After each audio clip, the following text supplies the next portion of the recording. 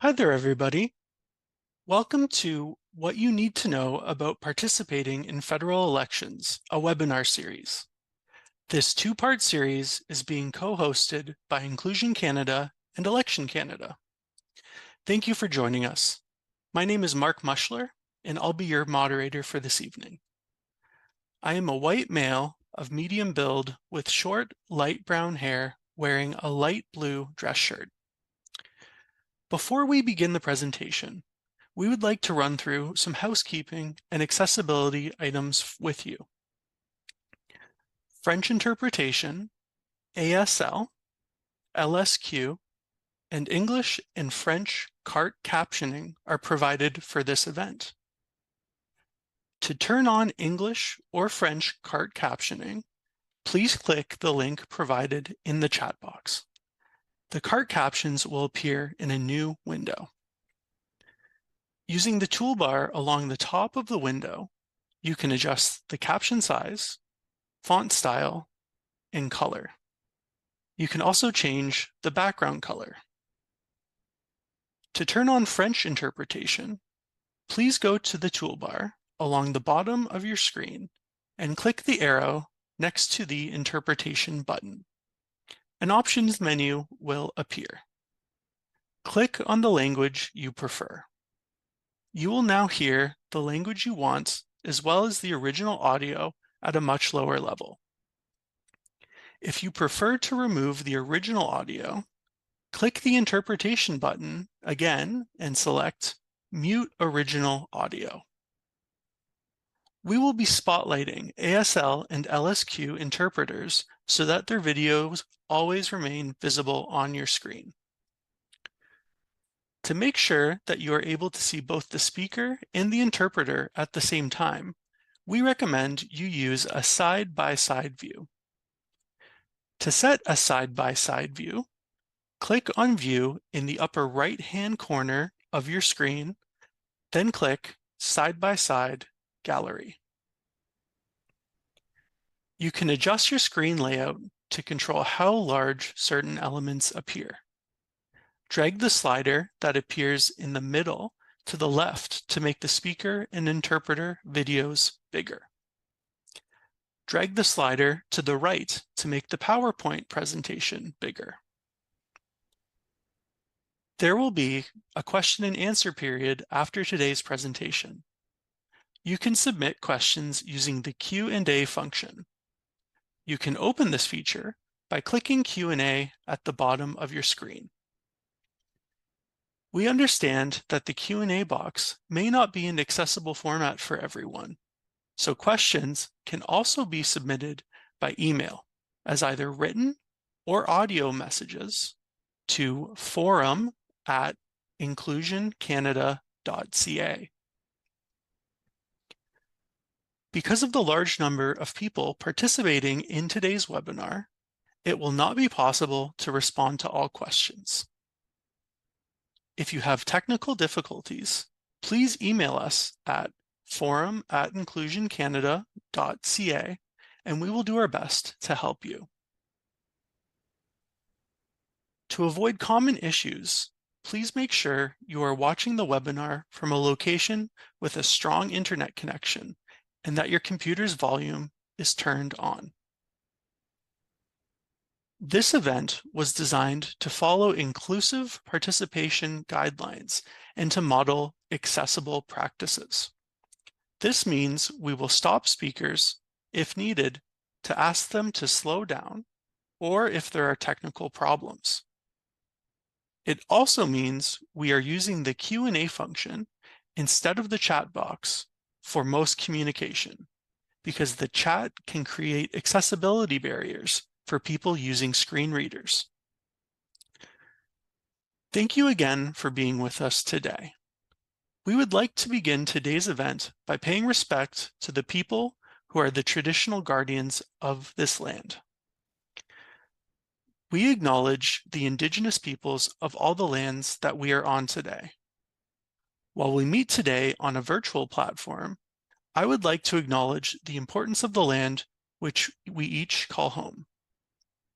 We do this to reaffirm our commitment and responsibility to improving relationships between nations and to improving our own understanding of local indigenous peoples and their cultures. From coast to coast to coast, we acknowledge the ancestral and unceded territory of all the Inuit, Métis, and First Nations people that call this nation home. I would now like to introduce our guest speaker from Elections Canada, Jessica Brillo. Jessica, over to you. Thank you so much, Mark. Hello, everyone, and thank you so much for tuning in to this webinar series. I am from Elections Canada, and I am an outreach officer on a team called Inspire Democracy. I will talk all about what that means in a moment, but first we will just get situated into this session. I will be talking all about how to work in a federal election. And the timing couldn't be better because the election was called just this past weekend on Sunday, and Election Day will be on April 28th. So as we like to say here on my team, the soup is getting hot. Next slide, please. So my goals of this presentation first are for you to understand all of the paid positions for election workers during a federal election. Second, to have all the information to confidently apply for the election worker jobs. And I will say that this time around elections, we become the largest employer in the country. We hire 200,000 people to work at the polls. So let's see if we can get some of those jobs for you. And then third, we will understand some of the programs and tools in place to reduce barriers for people with disabilities to become election workers. Next slide, please. And here's how I'm going to do that. First, I will tell you all about my program, the Inspire Democracy program. Then we will go through the who's, the what's, the where's of Elections Canada and poll workers. We will talk about the jobs we have available today, the application process, and electoral safeguards. And this just means some of the security measures we have in place to maintain the integrity of the Canadian democratic system. And then any conclusions and questions at the end. Next slide, please. So Elections Canada, we are charged with running all of the federal elections and ensuring that Canadians can exercise their democratic rights to vote and be a candidate. But of course, we know that not everyone has equal access to electoral participation. That is, voting, working at the polls, and running as a candidate. Elections Canada created our team, which is called Inspire Democracy. One portion of my team is a research and consultations team, and they meet with Canadians all across the country to figure out exactly who experiences exactly what kind of barriers. And we know that people with disabilities experience some of these barriers with electoral participation. In response to this research and consultations, Elections Canada creates programs and tools to help reduce those barriers. And then there's my side of the team.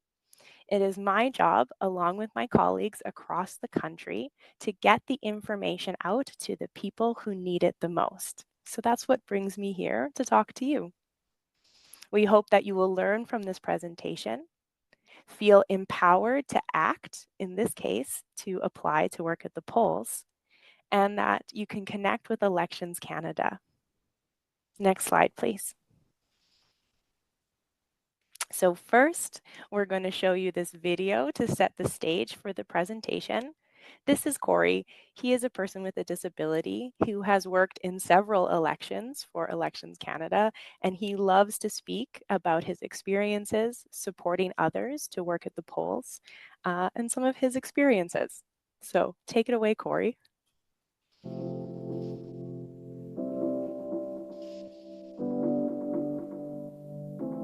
When it comes to federal elections, there are many ways to be a part of the action. Whether it's registering and voting, oh, it went too fast for me. In this video, Corey Earl describes, pardon me, we're just starting the video over. Thank you, Hassan. When it comes to federal elections, there are many ways to be a part of the action. Whether it's registering and voting, working in an election, becoming a candidate, or sharing information with your community.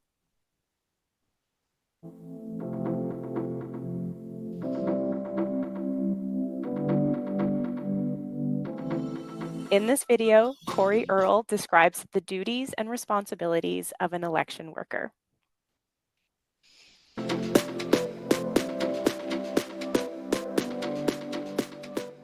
You know, being a supervisor, and again, I've had an opportunity to experience all positions over the course of since I was 18. Starting off as a poll clerk and then registration information officer.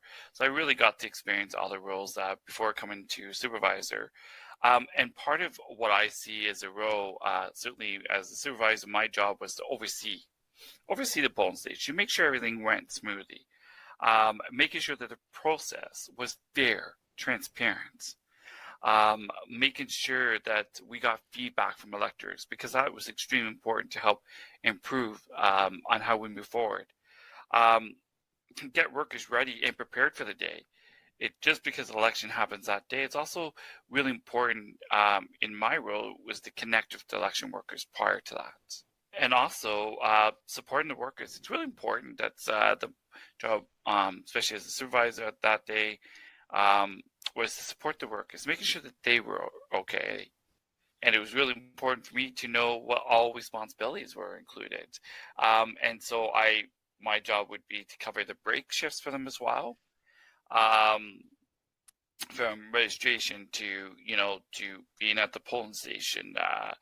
And then also the other component was to deal with any complaints, deal with any concerns from electors, whether it's be if their voter registration, ID, but also making sure that they came in, that they knew that they would be well supported. And so that was my job, and to report any concerns to my supervisor that may have occurred during that moment or during that day. And also making sure that when electors came in, that their well-being was also met as well, making sure that, whether someone, especially people with disabilities, when they're waiting in a lineup, do we need to make sure we have chairs in the lineup? Do we need to make sure that they have the support that they need as well? And also making sure that the election workers also had the tools as well that day as well.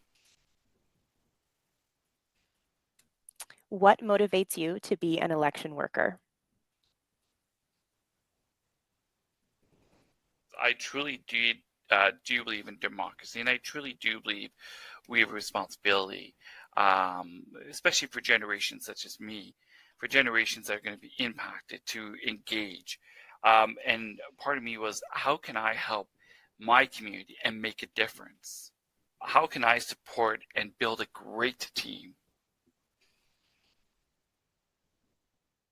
How can election workers best support voters with disabilities? It's really important that we have more training on accessibility and supporting people with disabilities. It's really important that while we're having accessible training, that they're actually led by people with disabilities. I think people with intellectual and developmental disabilities, or the invisible disabilities as well, really important for them to be involved and engaged. And finally, making sure that all materials are plain language. As a poll worker, they will tell you the plain language aspect will have a huge impact on them as well. So really having that training opportunity, because that training is vital, especially whether it's people working advance polls or election day. They need to have adequate training that's not rushed on supporting people with disabilities or accessibility. It's that they have the appropriate training that will guide them. What advice would you give to people considering working at the federal election for the first time?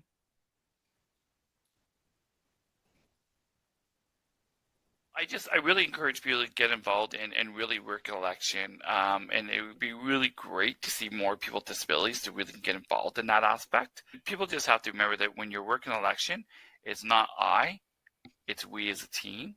I will continue to put my name forward for elections. And in fact, I was called not so long ago to work the next election. So just in case, so there is one. So they're already on top of that. And I've agreed to do it continuing on. So.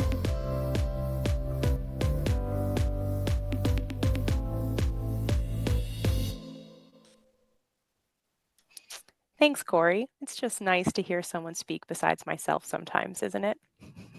So let's talk about why would you want to work at a federal election? Well, first is you get paid to do it.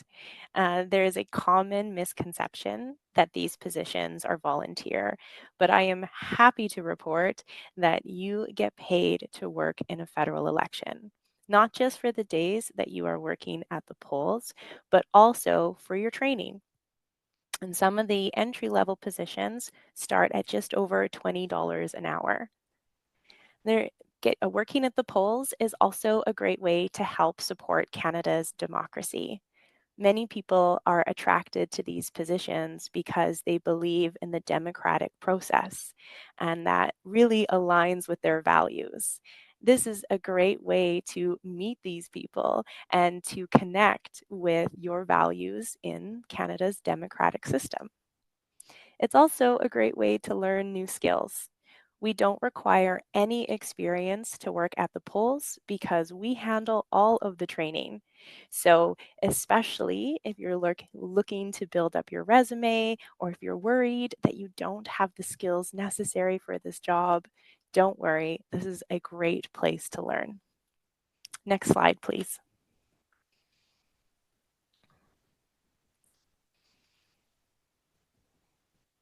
Here is another video that will cover some of the eligibility requirements to work at the polls.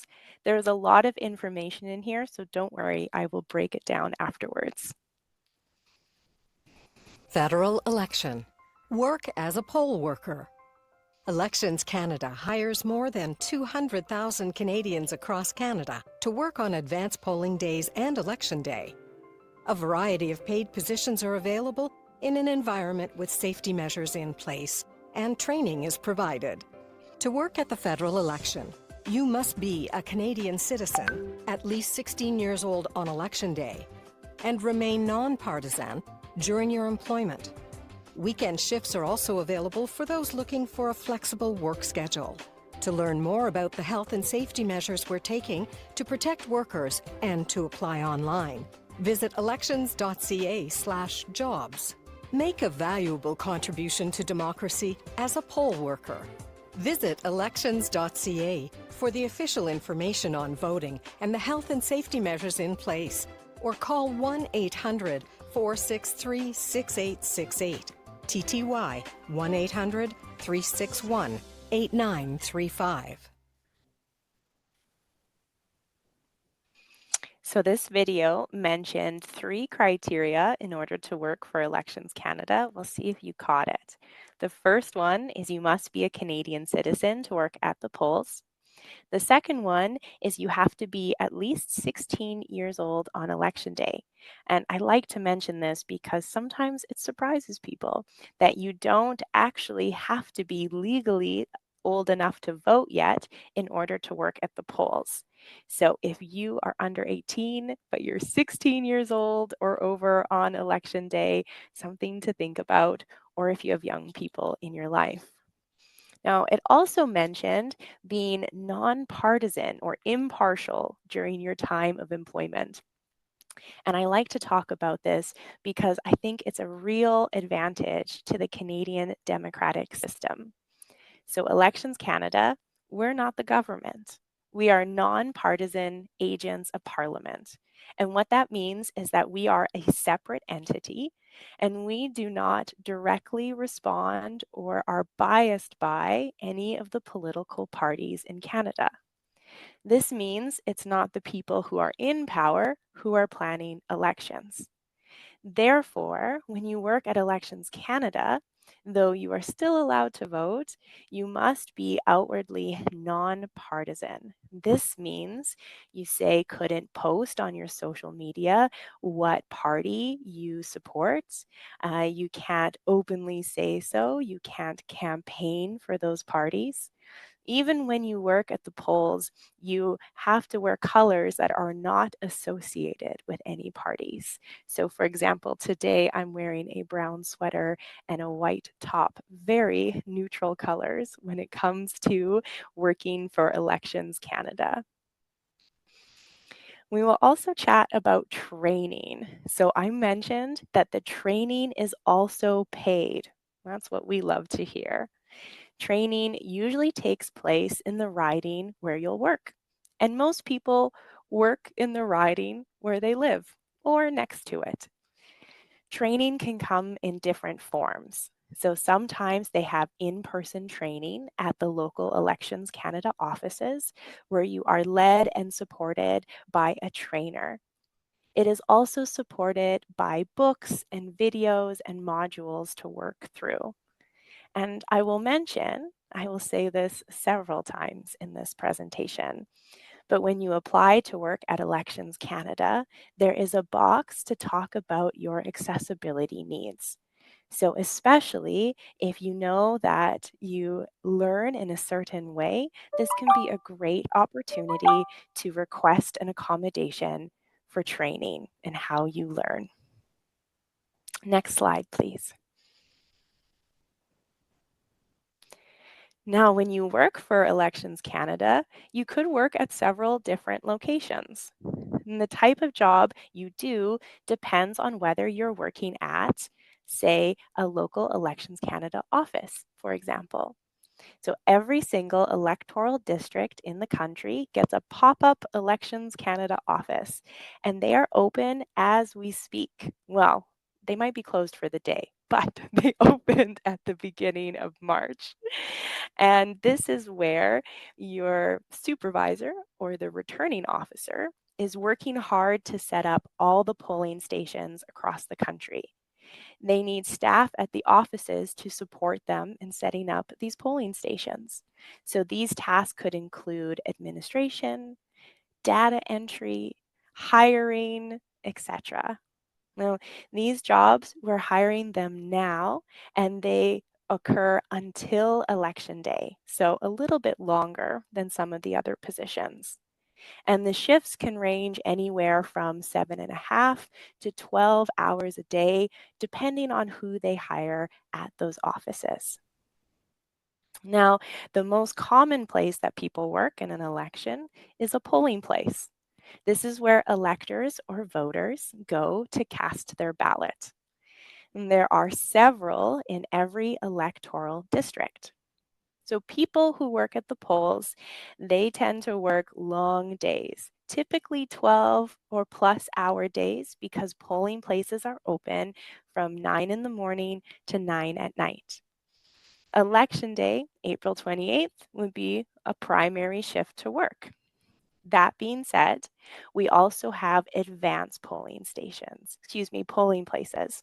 So if someone can't vote on April 28th, the week before, on the Friday, Saturday, Sunday, and Monday, we have advanced polling places for people to vote alternatively. And I'll talk a little bit more about the positions at polling places in a moment. But we also have vote on campus offices and mobile polling stations. So there are lots of university and colleges across the country that set up special polling places for students to vote at, and they each have their own offices. And we also have mobile polling stations that go to hospitals, long-term seniors facilities, etc. And so those operate a lot like normal polling places, but you set up in different locations for a few hours at a time. Next slide, please. Now, one position I also like to mention is our Community Relations Officer position. So I talked a little bit about my role with Inspire Democracy, where I work at a national level. But every single electoral district, they hire community relations officers. And their role is to do kind of like what I do, but at a local level. So they provide information on registering and voting to different communities that experience barriers in that area. And they help to break down those barriers to electoral participation. So there is typically a community relations officer that works specifically with people with disabilities. And these are often people who have relationships with their community.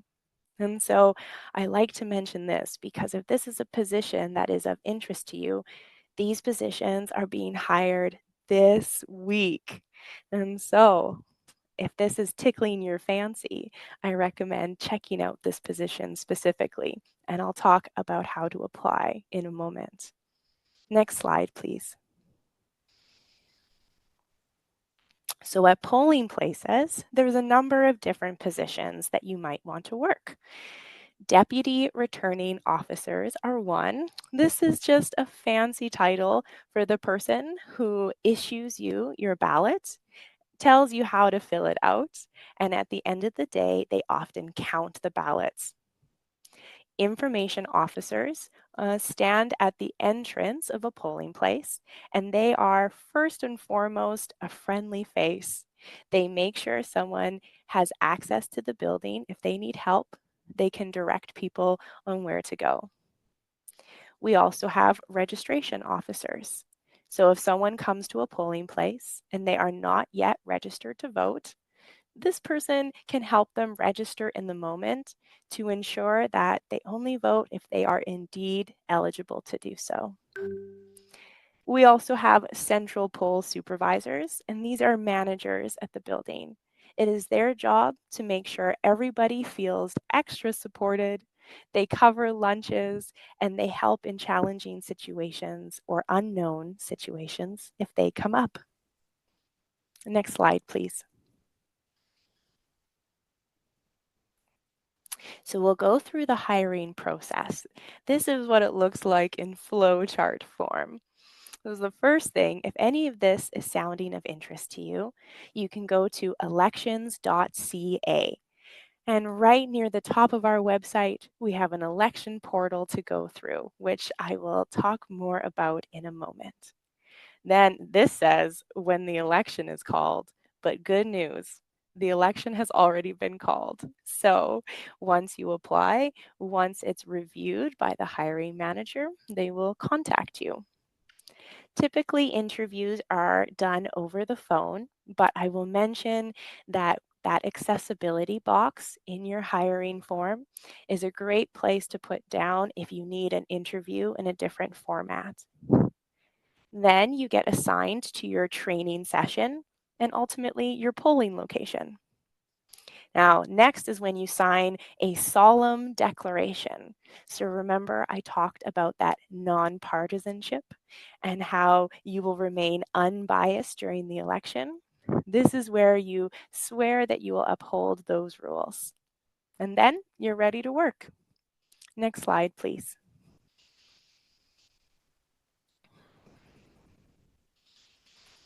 So this is not what the website looks like. Because the election was called mere days ago, I'm afraid it's since been updated. The good news is when we change our website for the election, it's because we want all the information to be even easier to find. It's set up very similar though. So this would be how you apply for your job, elections.ca, and across the top of the page, here it's in pink, but it says employment, and this is where you will go. Then it'll give you an option to choose, do you want to apply for a job at the local Elections Canada office, or would you like to work at the polls? So let's say you chose, I want to work at the polls. Next, there is a form where you will put in your name and your postal code. So that way it knows exactly where to put you in the country to the polling place that is closest to where you live. It'll ask you to submit any experience you might have. So if you have some job history, you might put that in there. If you have any volunteer history, you could put that in there. And if you're not entirely sure, that's okay too, because you don't have to have experience to work at the polls. Now, remember, I also said there is another box with accessibility information. I will mention that you do not have to disclose if you are a person with a disability. And if you request accommodation, you do not have to supply a doctor's note. Ultimately, disclosure is a very personal thing and it's up to you. However, if you know that there are certain accommodations that might benefit you, this is a great place to put it down. This form goes to the returning officer, who would be your supervisor, and they very much welcome conversations about accommodation. You can be as specific or general as you like. I also have helped some people apply, and all we have said in the box is, can I please have a conversation about this? And that's okay too. Next slide, please. Now, I will go through the electoral safeguards now, which are some of those security elements that help uphold the integrity of the Canadian democratic system. And a lot of this comes down to you, our future election staff. Everyone has their procedures and their rules that they can follow so that each one of us are contributing to this fantastic system that we have. So first, as an elections worker, you'll be making sure people are eligible to vote. So especially the person that helps people register to vote. And when you check their ID and check them into the polling station, you're making sure that only people who vote are able to vote, and also that they haven't already voted somewhere else, and that they are voting in the right location. Elections Canada workers also keep track of who has already voted. So this is if someone, say, votes by mail and then tries to come to the polls to vote a second time, it's not going to work. Don't do it. You'll update voter registrations so we can keep that list up to date within our headquarters. And we also talked about how election workers are impartial so that everyone can feel safe to express their vote at a polling station. Next slide, please. Now, we also have safeguards in place when it comes to counting the votes and reporting the results to our head office and ultimately every Canadian across the country. So to start, votes are counted by hand, and this could be done by you as an Elections Canada staff.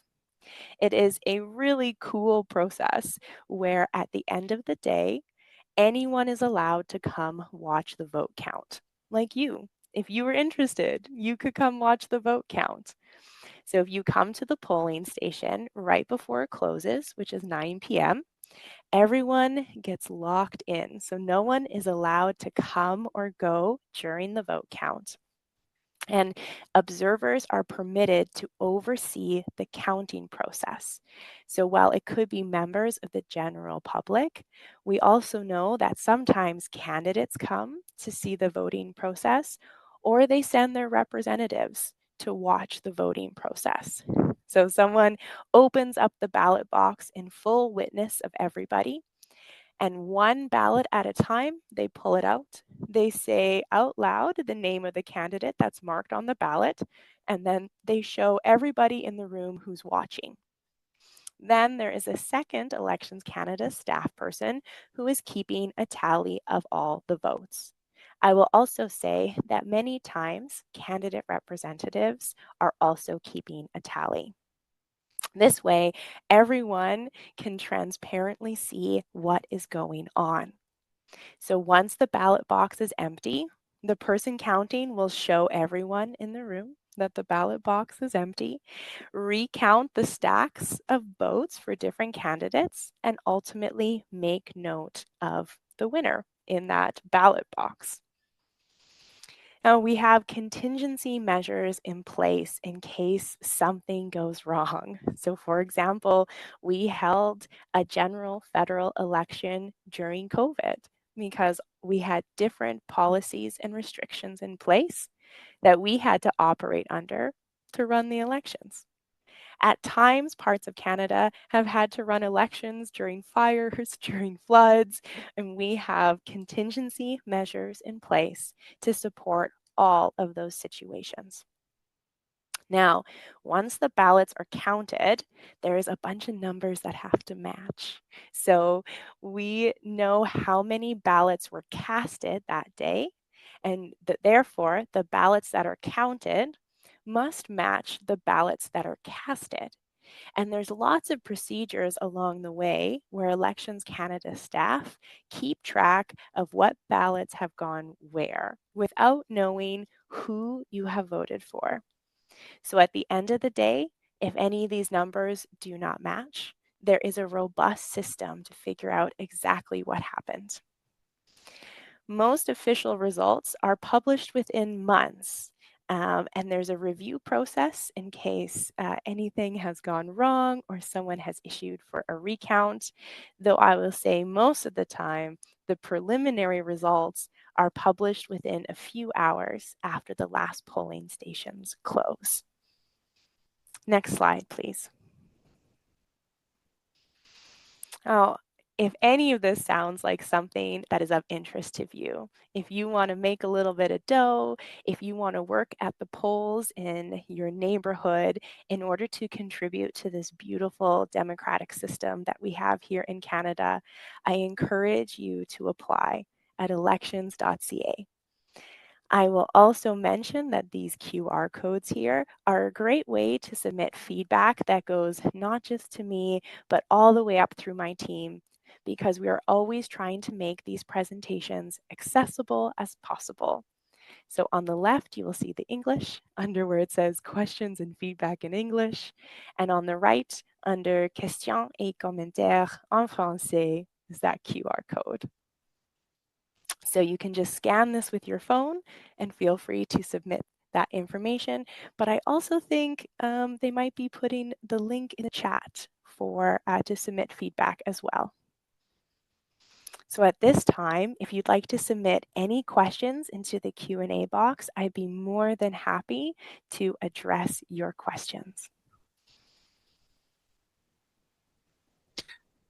Thank you so much for such an informative presentation, Jessica. We really appreciate it. We do have a couple questions here that I can see. So if you're applying for a position with your resume, what should be included on the resume? Are there any things to highlight? Anything that would kind of go a long way? Oh, thanks for this question. So I will say that I definitely recommend that when you go to our website, apply through the portal, and then you can, just to be clear that you won't be attaching your resume anywhere in that portal if you have it. It's good to copy and paste the information over. But if you have any experience of working with the public or working as a team, we really like to see that, especially in service positions working with the community. So some of the roles, like say information officer, where you're talking to people and you have that friendly manner, those skills go a long way.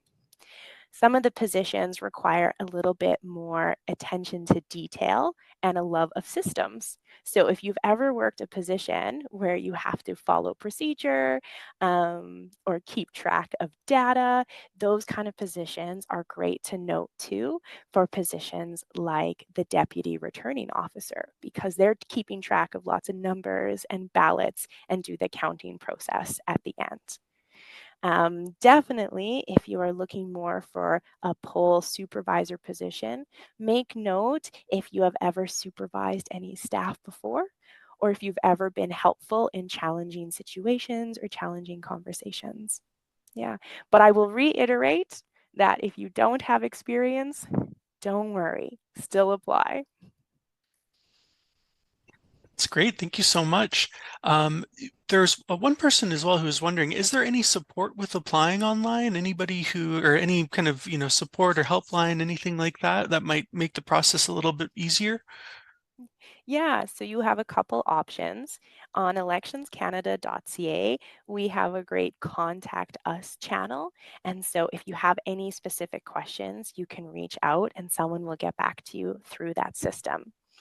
Another option is that, remember those local Elections Canada offices that pop up in every electoral district I mentioned? It's a great option to go directly to that office or call the office because there are administrative staff there. And that's also where your potential future supervisor works. And then you can have a conversation with folks like that too. That's great. Thank you so much. We have one other question here, and this is a really interesting question. So there's an individual who works with the Ready, Willing, and Able program. So they are supported through an employment agency. Is there a different process for candidates who might be put forward by agencies? Is that something they could approach their agency about? I'm really glad you brought this up because I was just emailing Ready, Willing, and Able. So sometimes some of these bigger agencies, such as Inclusion Canada or the provincial counterparts or Ready, Willing, and Able, at times they will email us directly and say, hey, we have some candidates that are interested that we've been working with, and we can put them directly in touch with the returning officers who would be your supervisor. So what I would recommend would be, well, I wish you could contact me directly. With someone who has access to the chat, maybe Jonathan, can you please put my email address in the chat box? I was recently speaking to someone at Ready, Willing, and Able, and we were chatting about working with some candidates there. And I'd be really happy to make that connection for you with the person I'm working with. So, and I'll say this to anybody: if you need a hand, please feel free to email me. Here, I'll put my email address in the chat right now. I am so happy to take the time to help anyone with what they need. Okay, there we go. My email address is in the chat. Perfect. Thank you so much. And yeah, we do have a couple people who are definitely interested in that, so we can get you in touch. There was one question about the election process. Somebody wondering if the candidates can be permanent residents or if they have to be citizens. Candidates must be citizens of Canada as well. Perfect. We don't have too many questions left. I'm just wondering if you might be able to provide a little bit of an overview of kind of what the next session might look like. This is part 1 of two sessions. It might be good to give people a little bit of a sneak peek in case they were kind of on the fence about this session potentially, or the next session potentially. Yeah, my pleasure. So the next session is all about registering to vote and voting. So I will cover how to register, why in the world do you have to register in the first place, the benefits of registering, and then all the different ways you can vote. So we will help you think about what will be the most accessible way for you to vote at the polls. And we'll talk about all of the accessibility programs and tools we have in place to reduce barriers to voting. And then also some more of these fun electoral security elements, because I just love every opportunity to talk about how safe and secure our democracy is. That's great. Thank you so much, Jessica. We don't have any further questions here in the chat. So unless anybody has any last minute things that they'd like to ask, I think we can kind of wrap it up a little bit. Before we leave, I just want to say thank you to Jessica and Elections Canada for co-hosting today's event with us. This event recording will be made available on our website shortly as well. So if there's anybody you'd like to send this to, please feel free. In addition, a feedback survey about this event will be sent to your email shortly. The link is also going to be in the chat as well. I think it's been posted there already. We really appreciate you taking the time to take a look and complete it. It really helps us, your feedback really helps to allow us to improve our future events as well. So our next session is going to be on Tuesday, April 1st at 6 p.m. Eastern Time, when we'll be talking about programs and tools to make it more accessible to register and vote in federal elections. So I'll just take one more quick look at the chat, but it looks like we've kind of covered our bases here. So I just want to thank everybody so much again for being here today. And yeah, I hope everyone has a great evening. Thanks for chatting, everyone. Hope to see you next week.